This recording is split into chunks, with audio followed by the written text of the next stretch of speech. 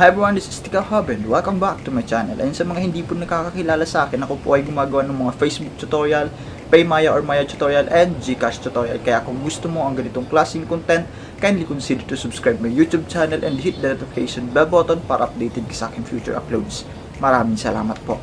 At ang topic natin para sa video na to ay paano nga ba mag-report ng Gcash account o Gcash user. So, ituturo ko sa inyo step by step. So, sundan nyo lang ako. Tsaka, huwag kayong mag-alala kung hindi kayo nakakapag-login sa inyong Gcash account dahil pwede tayong mag-report ng account kahit hindi nakaka-login sa ating Gcash application. Okay? So, make sure po na may valid reason kayo kung bakit nyo to ginagawa. So, huwag po kayong magre-report ng account ng trip-trip nyo lang. Okay? Kasi, nakakadistorbo po yun. Sa pag-report ng account, ano nga ba yung mga tinatanggap ni Gcash? Okay? So, magbibigay po ako ng mga halimbawa. Unang-una po ay kung ikaw ay na-scam o yung account mo ay na-involve sa scam. Pangalawa, kung ang iyong Gcash account ay na-hack. Pangatlo, para naman po ito sa may mga Gcash card. Kung nalaman mo na may ibang gumagamit ng iyong Gcash card, po pwede ka pong mag-report. At ang panghuli natin ay yung katransaction natin. So kapag po may katransaction ka na hindi tinupad ang yung usapan, kunwari at nag-cash in siya, na-send mo na yung pera tapos hindi siya nagbayad, pwede mo pong i-report yan. Okay? So, kung pasok ang yung problema sa ganon, i-report na natin yan. So, switch lang ako sa aking screen recording, tapos papakita ko sa inyo step by step. Okay? So, let's go. Okay, nandito na po ako sa aking Gcash app.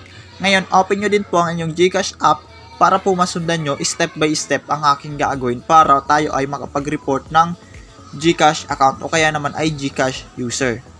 Okay, so yung first step natin pagka-open ng ating Gcash app ay itap itong Help Center. Pagka-tap natin, may magpa-pop up dito, advisory, i-close lang po natin yan. Tapos, scroll natin siya dito sa Your Guide to Gcash. Ngayon, scroll natin to pa left.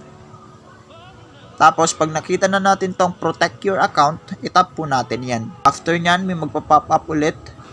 Close lang natin yan, tapos scroll natin pababa. Dito sa pinakaibaba, may naka-hyperlink na Submit a Ticket. Ngayon, itatap po natin yan. Ngayon, nandito na po tayo sa ticket form. Ang gagawin natin ay fill out na natin ang mga fields. Una ay itong email address. Ang ilalagay po natin dito ay ang ating Gcash registered email address. Pangalawa ay Gcash registered full name. So, ilagay mo po dito. Pangatlo, wala po tayo ditong gagawin kasi nakaset na po siya sa Philippines. Pang-apat, mobile number. Sundan lang po natin ang format na ito. Tapos, dito sa concern category, itap po natin tong drop down. Pagka-tap natin dito, piliin natin itong my Gcash account.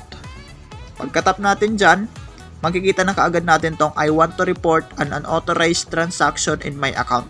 Tapos, etong I want to report an account involved with fraudulent activity.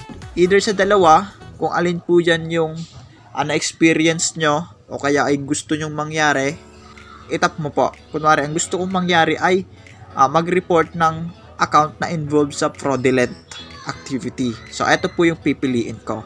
Tapos dito, what was the type of transaction? Pili po tayo dito. Although optional lang naman to, mas maganda po na maglagay tayo. Kunwari, cash out. May nag-cash out sa inyo, tapos involved pala yun sa fraudulent, ayan, pwede nyo pong i-report. Ngayon dito, ang ilalagay po natin dito ay dapat nagde-describe dito sa pinili natin sa concern category. Kunwari,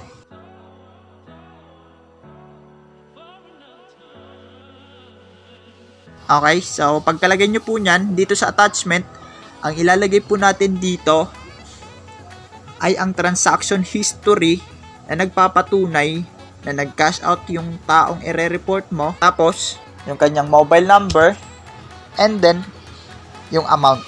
After mo po ma-attach yung mga files na yon, isubmit mo na po.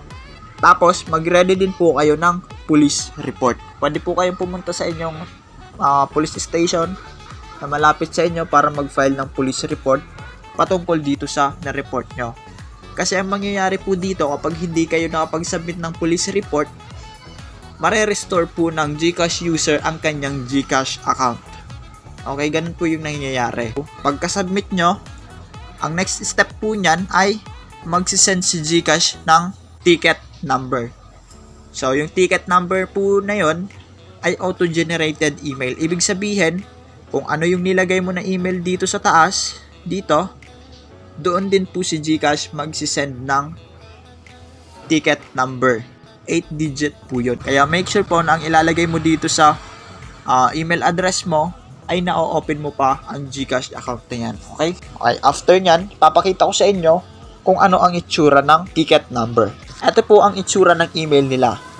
Thank you for reaching out. We have received your request. Your ticket number is 8-digit number. Tapos, yung subject po sa email na yon ay GCash Help Center, I want to report an account involved with fraudulent activity. So ngayon, dahil meron ka na pong ticket number, balik ka po sa GCash Help Center.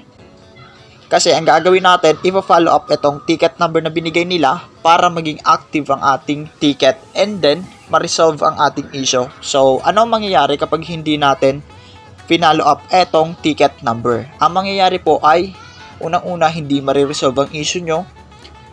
Pangalawa, mag-e-expired po ang ticket. So, ngayon, once na nag-expired ang ticket mo, ang gagawin mo niyan, uulit ka naman sa pag-submit ng ticket. Kasi nga, nag-expired na yung ticket number mo kasi hindi mo na-follow up on time. So, ilang araw po bago ma-expired ang iyong ticket number. So, 48 hours po yung minimum niyan. Pero, magbibigay naman po ng notice si GCash na ang ticket mo ay kanila nang i-close.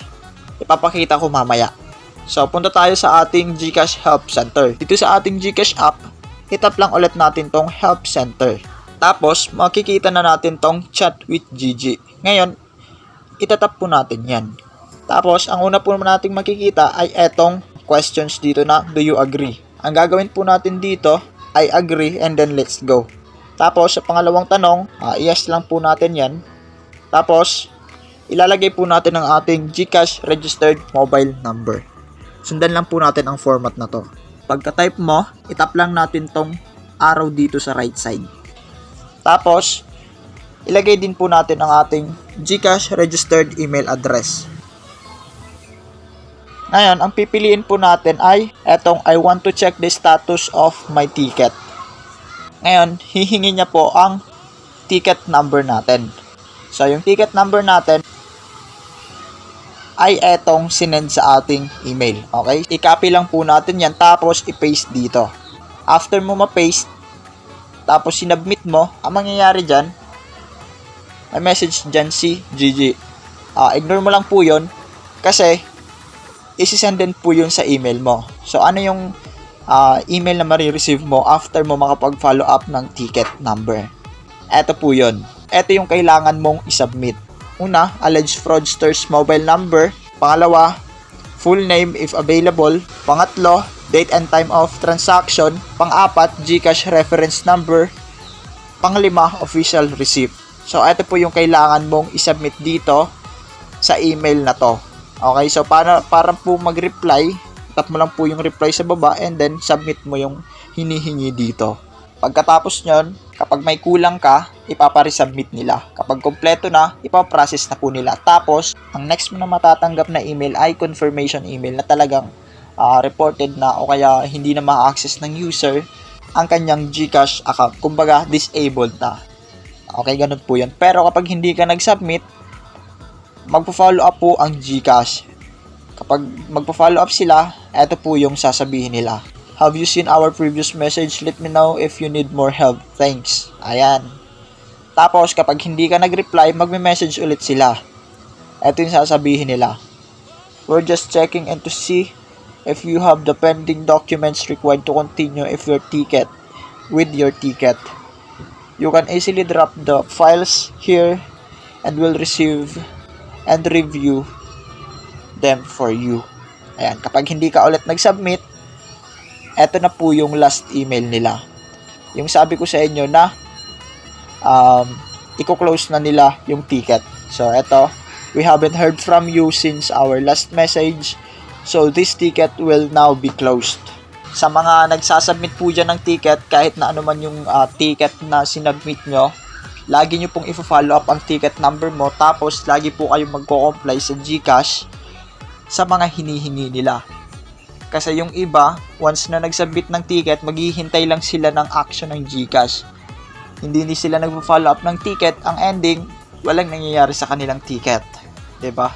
Nag-e-expire lang ang ticket number, tapos magme-message sa akin bakit daw hindi na-resolve yung kanilang issue, ilang days na, ilang weeks na, ilang months na, yung iba taon pa, mali naman pala yung kanilang process ng kanilang ticket tsaka ticket number. Kaya para maiwasan yon, follow up mo po. Eto ng full video na to, sundan nyo lang ito kung hindi nyo alam. O kaya ay kung may mga katanungan pa kayo, pwede po kayong mag-comment sa baba, babasahin ko po yan and then magre-reply ako, okay? So again, this is Tikaw Hub. Salamat sa inyong panonood. Bye-bye. Thank you.